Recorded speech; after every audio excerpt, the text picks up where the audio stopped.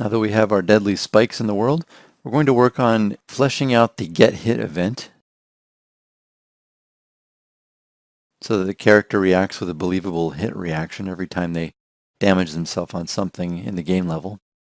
So we're going to remove that print string we had there before as a placeholder, and we're going to check to make sure the player character is not already being hit when we run the custom event get hit. We don't want multiple stack hit events. So we'll just plug in the isHit boolean, and we'll run this event off of false. And if it's false, we're going to set isHit to true. And then once that is set to true, we're going to grab a reference to the sprite component. And because this is an event-driven animation, we don't want this to run on a loop like the rest of the animations. We're going to take this sprite and we're going to set its looping state to false. So we'll search for set looping here, and it's false by default. That's what we want first off, so it plays the animation only once. Then we're going to set the flipbook to the animation, and we don't have an animation yet for the hit reaction, but this is where we will set that. And then because it's not looping, we have to play from start.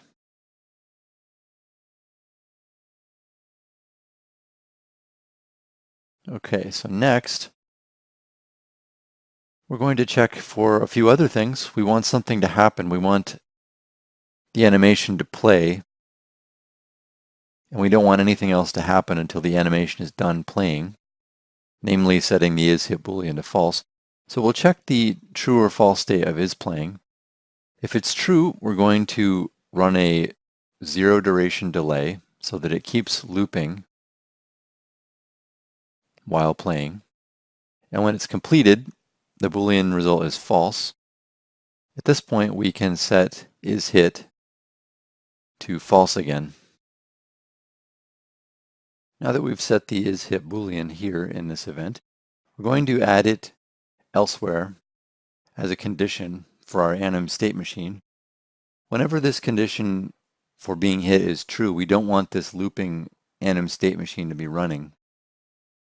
So we're going to interrupt the anim state machine right here before the anim state is set, and we're going to check to see if anim is hit, and we only want this to run when it's false, so we connect the false node right like that. So now that our state machine is checking for that condition, we're going to go down here and back to our get hit event, and we see that looping was set to false at the start of the event. So I'm just going to create another sprite variable to clean up the event graph a little bit on the right side. So at the end of this event, we need to set isLooping back to true. If we don't do this, the anim state machine that runs on tick that we just looked at won't loop the animations as we want them to. Our next step will be to go back to our content browser and start planning out our get hit animation from sprites. So we'll go to the player character directory here, and we're going to locate a few sprites for getting hit that were extracted from the sprite sheet. Looks like there's some here. And I'm going to add in another one from the jump animation, just to give it a little bit more character. A little bit more style. Let's see. This one here, sort of the landing we didn't use, when he kneels down a little bit. So those 4 frames should make a decent flipbook. So we'll right click, create flipbook. We'll call it anim_hit. And right now the frames are very fast and all out of order. So we'll spend a little bit of time fixing this up. Let's see, I'm going to reorder these a little bit. I'll do 3, 1, 21, 2. There we go, he stumbles back, he kneels down, That's a little better. Let me see, we're going to duplicate a couple frames. I should say a couple keyframes. There we go. So we'll do 3, 1, 21, 2, 21, 3 perhaps. Let's see if this looks okay. Oh, we don't want to loop. We want that to run just straight through while we preview it. It's still really fast. Oh yeah, the frame run is set to 1, so we'll do a frame run of 3 to start for each of these keyframes. And okay, getting a little better, getting a little slower, a little smoother. Okay, so we want the part where his hand is in that down position, his left hand is in that down position, to be sort of the frame where he stays in that position a little bit before he stands back up. I'm going to check our timeline here and our keyframes to make that one frame a little longer, but the hand is down. I believe it's keyframe 2. So we'll set that to 15 seconds. And then we'll just test it out and see if that's okay. Because frames per second is 15, we want the frame run to be 1 second when he's kneeling down. So he stays in that position for a second. Okay, that's not the right frame.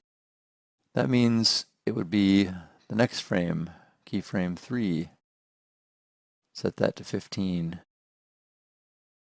to give us 1 second with the hand in the down position. And he stays down and he gets back up. There we go. That looks good. Okay, next we're going to go in to our Flipbook, our set Flipbook function in the get hit event, and we set that to anim hit.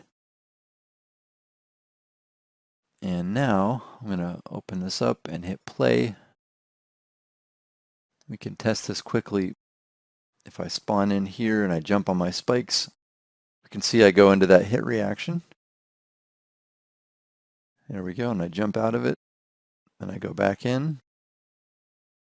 Yeah, that's a pretty good hit reaction, but we see now when I try to walk, you can see my feet aren't animating anymore. They're just going to the first frame of the walk animation. And that's a bug due to one last step we need to take in the get hit event. And that is after hit is set to true, set looping is set to true. But the way the flipbooks are set up, and this is an invisible thing I found through trial and error, is we need to restart playing that flipbook. So we need to hit play again after set looping is set to true, play needs to be there. So the looping anim state machine will once again loop the walking animation when it receives input. So there we go, he does a hit reaction. And now we can see when we move, the feet are moving again. So that gives us a decent start on our hit reaction. Next, we'll look at adding some force feedback for when the character gets hit, and maybe a flashing effect to make it look a little more different than the other animations that the character has.